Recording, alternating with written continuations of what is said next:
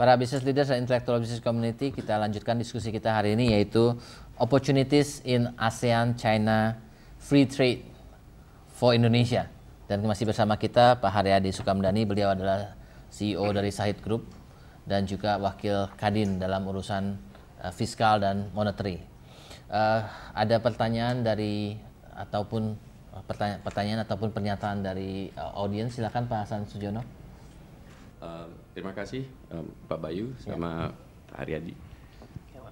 Pertanyaan saya itu mungkin melihat ke angka tadi yang ditampilkan oleh Dr. Bayu. Jadi meskipun angkanya ada angka fantastis 100%, tapi itu kan 100% dari jumlah pos ya, sedangkan efektif tarifnya saya perkirakan kisarannya antara 5-20% karena zaman tarif 50-100% udah lama kita tinggalkan ya. Sehingga sebetulnya kan yang kita lagi bicara tuh adalah bahwa barang-barang di free trade area ini akan menjadi mungkin 10-20% lebih murah daripada sebelumnya. Nah, produk-produk dari China yang kita lihat ini kan dari sebelum ada free trade area pun sudah lebih murah daripada 10-20% tadi, sehingga sebetulnya menurunkan ini sebetulnya yang membuat lebih repot, betul, tapi sebetulnya competitiveness daripada industri kita sendiri sudah lama kita lepas gitu, sehingga sebetulnya ini pasiennya sudah lama sakitnya dan tinggal tabung selang oksigen terakhir lah yang dicabut ya.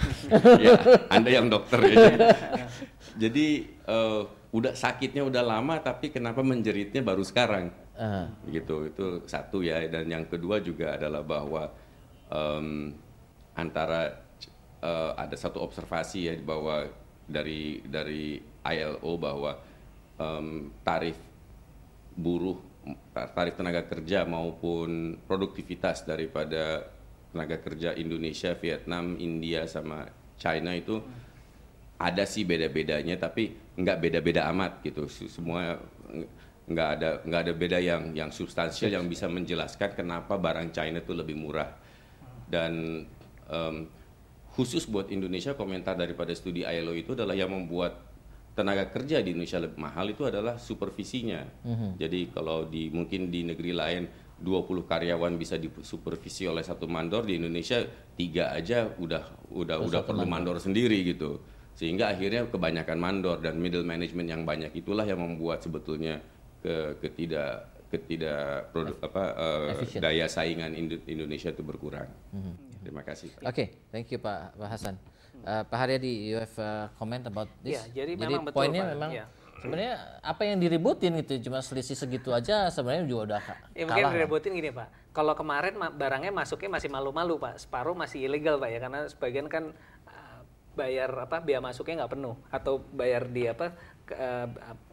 urusan kepabeanannya itu hitungan pakai per kontainer Pak, hitungan door to door borongan.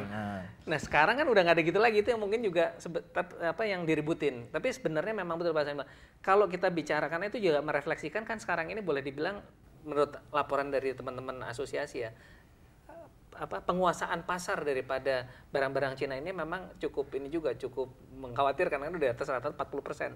Yang namanya tekstil udah sekitar 50-an, elektronik juga sekitar 40-an dan sebagainya. Nah, sehingga kalau saya melihat itu pasar kita ini memang sebetulnya sudah 5 tahun terakhir ini sudah mulai dimasukin oleh barang-barang ini. Jadi yang dikhawatirkan itu adalah dengan dibuka ini maka akan itu berterang-terangan, kalau kemarin masih hitungan kontainer door to door, sekarang sebenarnya itu. Nah, memang betul yang Pak Hasan sampaikan bahwa kalau kita lihat dari harga akhirnya memang sudah tidak kompetitif sebetulnya 5 tahun terakhir ini, memang menjadi pertanyaan adalah yang salah nih sebenarnya ada apa kan gitu. Struktur di dalam seperti tadi kita sampaikan Pak. Menurut saya biaya buruh itu salah satunya Pak. Sebenarnya tidak di luar daripada supervisi Pak. Kita itu harus mencadangkan juga untuk biaya PHK mereka. Jadi mungkin Bapak ingat ada PSHK 24 Pak ya. Itu jadi kita harus mereserve 14 macam jenis PHK kan. Itu kalau kita di Apindo, teman-teman Apindo menghitung tuh kita mesti mereserve 13% Pak. 13% tambah jam sosteknya 8%, tambah kenaikan tiap tahun tuh sundulan dan upah minimum itu 11%. Total general 32% untuk kalau kita mau benar loh Pak ya, mereserve hanya untuk di ketenaga kerjaan.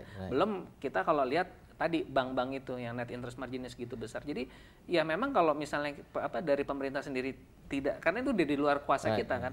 Sebenarnya yang kami khawatirkan Bapak Ibu sekalian di Kadin ini, yang kita khawatirkan justru ada semangat deindustrialisasi ya.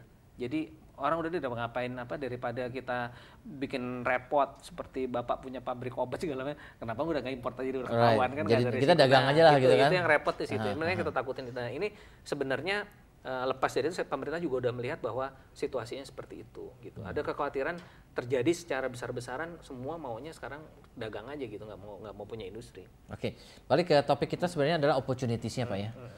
Despite all these glimpse about free trade dengan China ini kita kalah dan segala macam, pasti ada opportunity-nya dong Pak.